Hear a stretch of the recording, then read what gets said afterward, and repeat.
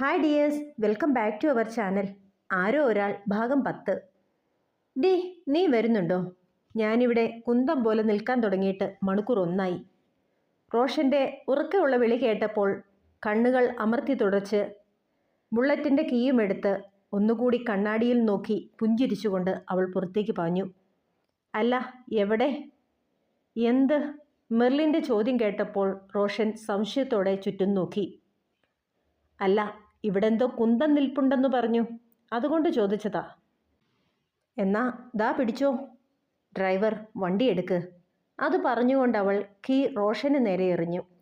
അയ്യേ അയ്യയ്യേ, 10-ാം നൂറ്റാണ്ടിലെ കോമഡിയുമായി ഇറങ്ങിയേക്കുക. ഡ്രൈവർ നിന്റെ തന്ത. റോഷൻ അല്പം കലിപ്പോടെ അത് പറഞ്ഞുകൊണ്ട് ബുള്ളറ്റ് സ്റ്റാർട്ട് ചെയ്തു. ഡാഡി, റോഷ് വിളിക്കുന്നു, അവൻ എന്തോ പറയാനുണ്ടെന്ന്. അവൾ ഉറക്കെ വിളിച്ചു കൂവുന്നത് കേട്ടപ്പോൾ അവൻ അവളെ അത്ഭുതത്തോടെ നോക്കി. അതിന് ഞാനൊന്നും പറഞ്ഞില്ലല്ലോ, നിന്റെ തലയ്ക്ക് വല്ല ഓളവുമുണ്ടോ? റോഷൻ തല ചെരിച്ച് പ്രത്യേക ഭാവത്തിൽ അവളെ നോക്കിക്കൊണ്ട് ചോദിച്ചു. നീയല്ലേ എൻ്റെ തന്തയ്ക്ക് വിളിച്ചത്? അതങ്ങേര് കേട്ടില്ലെന്ന് തോന്നി, അതുകൊണ്ട് ഒന്ന് സപ്പോർട്ടാമെന്ന് കരുതി. ശവം. കർത്താവേ, ഒരു ഏത്തപ്പഴം കിട്ടിയിരുന്നെങ്കിൽ ഇതിൻ്റെ അണ്ണാക്കി തള്ളി കയറ്റാമായിരുന്നു. എന്താ ഒരു നാക്ക്. റോഷൻ വണ്ടി മുന്നോട്ടെടുത്തുകൊണ്ട് പറഞ്ഞു. പഴവും കൊണ്ട് ഇനി വന്നാൽ മതി. എൻ്റെ കയ്യിൽ നല്ല ഒന്നാന്തരം പോസ്റ്റ്മോർട്ടം കത്തിയുണ്ട്, സൂക്ഷിച്ചാൽ നിനക്ക് കൊള്ളാം. പക്ഷേ എനിക്ക് ഒരു ദിവസം ഒരാളെ കൊന്നാൽ മതി. അതിനിന്ന് സച്ചുവേട്ടൻ്റെ ജാസ്മിൻ അവളുണ്ടല്ലോ, അത് മതി. മിണ്ടാതെ വഴിയിൽ നോക്കി വണ്ടി ഓടിക്കടതേണ്ടി. അവൾ ഉരുളയ്ക്ക് ഉപ്പേരി പോലെ തട്ടിവിട്ടു. പിന്നെ നീ അങ്ങോട്ട് ചെന്നാൽ മതി, അവൾ ഇപ്പം നിന്നു തരും. നീ ഉദ്ദേശിക്കുന്നത് പോലെ അവൾ അത്ര പാവമൊന്നുമല്ല. നല്ലത് വാങ്ങിച്ചു കൂട്ടും. പിന്നീട് മൂങ്ങുന്നത് കാണാനിടയാകരുത്.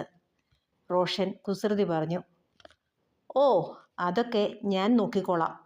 പിന്നെ മറ്റൊരു കാര്യം കൂടി, അവിടെ ചെന്നാൽ എന്നെ ഒന്ന് ഇൻട്രൊഡ്യൂസ് ചെയ്യുന്ന ജോലി മാത്രമേ നിനക്കുള്ളൂ. ബാക്കിയെല്ലാം ഞാൻ തന്നെ ചെയ്തോളാം.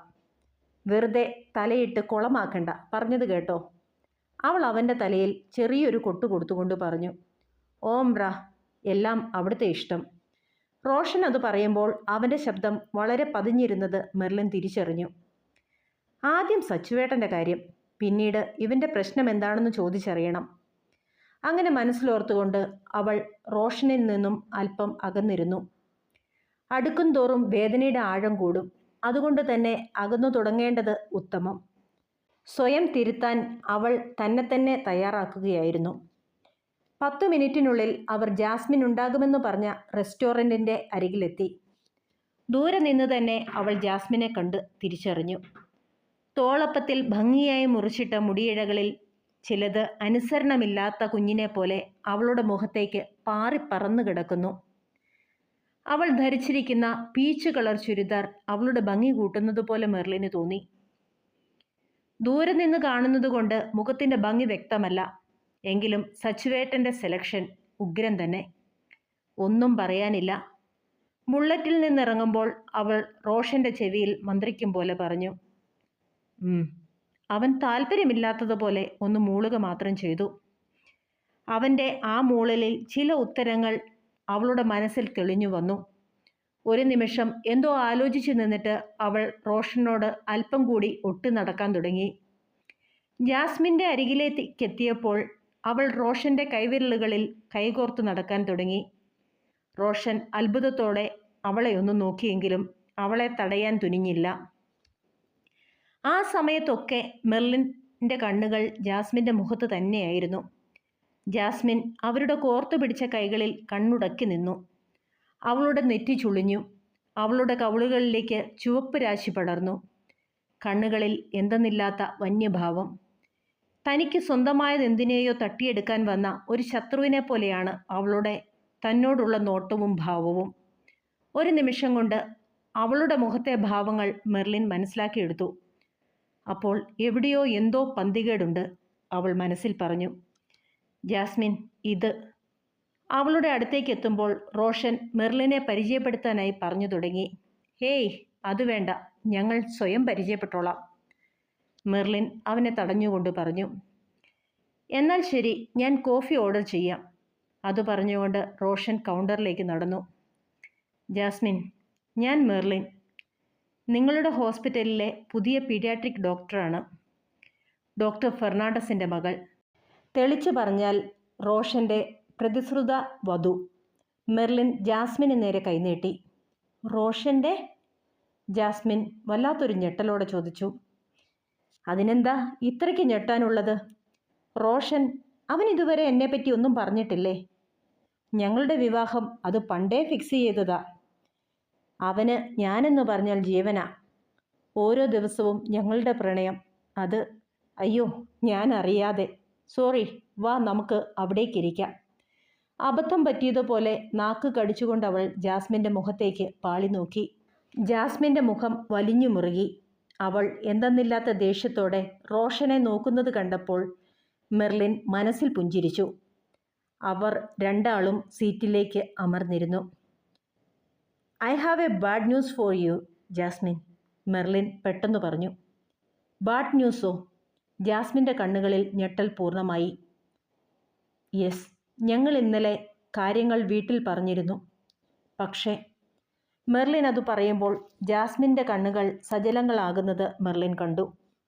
ഒരു പെൺകുട്ടിയുടെ വേദന കൺമുമ്പിൽ കണ്ടപ്പോൾ മെർലിന് എന്തെന്നില്ലാത്ത വേദന തോന്നി. ഒരു നിമിഷം താടിക്ക് കൈകൊടുത്തിരുന്നു കൊണ്ട് അവൾ ജാസ്മിനെ തുറച്ചു നോക്കി. അപ്പോൾ അവളുടെ മനസ്സിലൊരു കുസൃതി മിന്നി. ഒരു വെടിക്ക് രണ്ട് പക്ഷി, ഒത്താലൊത്തു. ഒന്ന് കളി മാറ്റി ചവിട്ടി നോക്കാം, അവൾ മനസ്സിൽ പറഞ്ഞു. ജാസ്മിൻ, ഞാൻ പറയുന്ന കാര്യങ്ങളെല്ലാം ശ്രദ്ധിച്ചു കേൾക്കണം. തകർന്നു പോകരുത്. ജീവിതത്തിൽ നമ്മൾ ആഗ്രഹിക്കുന്നതെല്ലാം കിട്ടണമെന്ന് നിർബന്ധം പിടിക്കാനാകില്ലല്ലോ. മെർലിൻ വളരെ സീരിയസ് ആയി തുടക്കം കുറിച്ചു. അത് കേട്ടപ്പോൾ ജാസ്മിൻ്റെ മുഖത്തെ ചോര വാർന്നു പോകുന്നത് പോലെ മെർലിൻ്റെ ഉള്ളിൽ ചിരി പൊട്ടി. ഇന്നലെ എല്ലാ കാര്യങ്ങളും സച്ചുവേട്ടൻ ഡാഡിയെയും മമ്മിയെയും അറിയിച്ചിരുന്നു. അവർക്കാർക്കും വലിയ പ്രശ്നമൊന്നും ഉണ്ടായിരുന്നില്ല. പക്ഷേ എന്നതാണെന്നറിയില്ല, റോഷ്, അവന് ഈ ബന്ധത്തിന് യാതൊരു താല്പര്യവുമില്ലെന്നാണ് പറഞ്ഞത്. അങ്ങനെ സച്ചുവേട്ടൻ്റെ ഇഷ്ടങ്ങൾക്ക് ഒന്നിനും അവൻ എതിര് പറയുന്നതല്ല. ഇതിപ്പോൾ എന്താ പറ്റിയതെന്ന് ആർക്കറിയാം? ചോദിക്കുന്നത് കൊണ്ട് ഒന്നും തോന്നല്ലേ. നിങ്ങൾ തമ്മിൽ എന്തെങ്കിലും പ്രശ്നമുണ്ടായിരുന്നോ? അവൻ ഇഷ്ടമില്ലാതെ ഈ വിവാഹം നടക്കില്ല, അതുകൊണ്ട് ചോദിച്ചു എന്നേ ഉള്ളൂ. റോഷൻ വരുന്നുണ്ടോ എന്ന് നോക്കിക്കൊണ്ട് മെർലിൻ ചോദിച്ചു. ആ ചോദ്യം കേട്ടപ്പോൾ ജാസ്മിൻ്റെ മുഖത്തുണ്ടായ ഞെട്ടൽ കണ്ടപ്പോൾ മെർലിന് ഉള്ളിൽ വല്ലാത്ത ചിരി വന്നു. എങ്കിലും അത് കടിച്ചു പിടിച്ചുകൊണ്ട് അവൾ ജാസ്മിനെ തന്നെ നോക്കിയിരുന്നു. റോഷൻ, അവൻ അങ്ങനെ പറഞ്ഞോ? എല്ലാ കാര്യങ്ങളും ഞാൻ അവനോട് വിശദമായി തന്നെ പറഞ്ഞതാണ്. ഒരിക്കൽ സ്നേഹിച്ചു പോയി എന്ന തെറ്റിന് ഇങ്ങനെയൊരു പ്രതികാരം. അത് പറയുമ്പോൾ ജാസ്മിൻ്റെ ചുണ്ടുകൾ വീങ്ങി, കണ്ണുകൾ നിറഞ്ഞൊഴുകി. അപ്പോൾ തൻ്റെ ഊഹം തെറ്റിയിട്ടില്ല. ചേട്ടനും അനിയനും ഒരേ പെണ്ണിനെ തന്നെ പ്രേമിച്ചിരിക്കുന്നു. അപ്പോൾ ഇത്രകാലം അവനെ പ്രാണനായി കരുതിയ താനാണ് വിഡ്ഢി. സാരമില്ല, സ്നേഹം പിടിച്ചു വാങ്ങാനാകില്ലല്ലോ. സച്ചുവേട്ടൻ്റെ വിവാഹം അത് എല്ലാവരുടെയും സ്വപ്നമാണ്. അതുവരെ എല്ലാവർക്കുമൊപ്പം സന്തോഷത്തോടെ ചേർന്ന് നിൽക്കണം. പിന്നെ റോഷൻ്റെ മുഖം കാണാത്ത ഏതെങ്കിലും നാട്ടിലേക്ക് പറന്നുയരണം. അതുവരെ അഭിനയിച്ചേ പറ്റൂ, അവൾ മനസ്സിലുറപ്പിച്ചു. അപ്പോഴേക്കും റോഷൻ അവർക്കരികിലേക്ക് വന്നിരുന്നു. ജാസ്മിൻ്റെ മുഖം കണ്ടപ്പോൾ തന്നെ എന്തോ അരുതാത്തത് സംഭവിച്ചിട്ടുണ്ടെന്ന് മാത്രം അവന് മനസ്സിലായി. പതിവായി ഇതുപോലെ ഓരോരോ വികൃതികൾ ഒപ്പിക്കുന്ന സ്വഭാവമാണല്ലോ മെർലിൻ്റേത്. അതുകൊണ്ട് തന്നെ ഈ വിവാഹം നടക്കില്ലെന്നായിരിക്കാം അവൾ പറഞ്ഞിരിക്കുക, അവൻ മനസ്സിൽ കരുതി. റോഷൻ, എല്ലാ കാര്യങ്ങളും ഞാൻ നിന്നോട് വിശദമായി തന്നെ പറഞ്ഞതല്ലേ. നിന്നെ കാത്തിരിക്കാൻ എനിക്കാകുമായിരുന്നില്ല. അതുകൊണ്ടാണ് സച്ചുവേട്ടൻ അങ്ങനെ ഒരു ആഗ്രഹം പറഞ്ഞപ്പോൾ എനിക്ക് സമ്മതിക്കേണ്ടി വന്നത്. എന്നാലും പഴയതെല്ലാം മനസ്സിൽ വെച്ച് നീ ഈ വിവാഹത്തെ എതിർത്തു എന്ന് പറഞ്ഞപ്പോൾ എന്തിനാ എന്നോടിങ്ങനെ ചെയ്തത്? ഒരിക്കൽ ഞാൻ നിന്നെ ആത്മാർത്ഥമായി സ്നേഹിച്ചിരുന്നതല്ലേ. അതിന് ഇങ്ങനെയാണോ നന്ദി കാണിക്കുന്നത്? ജാസ്മിൻ പെട്ടെന്ന് ചോദിച്ചപ്പോൾ റോഷൻ്റെ മുഖം വിവരണമായി. കർത്താവേ, ഇതുവരെ മറച്ചുവെച്ച എല്ലാ കാര്യങ്ങളും മെർലിൻ വലിച്ചു പുറത്തേക്കിട്ടിരിക്കുന്നു. അതറിയുമ്പോൾ അവൾക്കുണ്ടാകുന്ന വേദനയുടെ ആഴം അത് തനിക്ക് ഊഹിക്കാവുന്നതേ ഉള്ളൂ. കാരണം അവൾ അത്രയേറെ തന്നെ സ്നേഹിക്കുന്നുണ്ടെന്ന് മുൻപേ തന്നെ താൻ മനസ്സിലാക്കിയിരുന്നു. അവളുടെ മുഖത്തെ നേരിടാനാകാതെ അവൻ മുഖം കുനിച്ചിരുന്നു. എൻ്റെ പൊന്നെ, ഞാൻ കരുതി നീ മാത്രമാണ് മണ്ടനെന്ന്. ഇതിപ്പോൾ വന്നതും വരാനുള്ളതും ഒക്കെ കണക്കാണല്ലോ. ഞാൻ പറഞ്ഞ കള്ളങ്ങൾ ജാസ്മിൻ വിശ്വസിച്ചു അല്ലേ? എന്നതാണെങ്കിലും അങ്ങനെ ഒരു കള്ളത്തരം പറഞ്ഞതുകൊണ്ട് നിങ്ങളുടെ കള്ളത്തരം എനിക്ക് മനസ്സിലാക്കാൻ സാധിച്ചു. ജാസ്മിൻ, അവനെ വെറുതെ തെറ്റിദ്ധരിക്കേണ്ട. അവൻ നിങ്ങൾക്ക് ഫുൾ സപ്പോർട്ട് മാത്രമേ ഉള്ളൂ.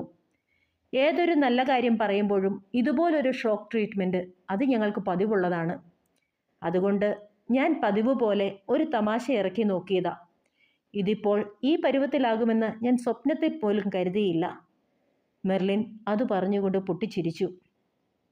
എൻ്റെ മണ്ടൂസേ, സാരമില്ല, കഴിഞ്ഞതൊക്കെ പോട്ടെ.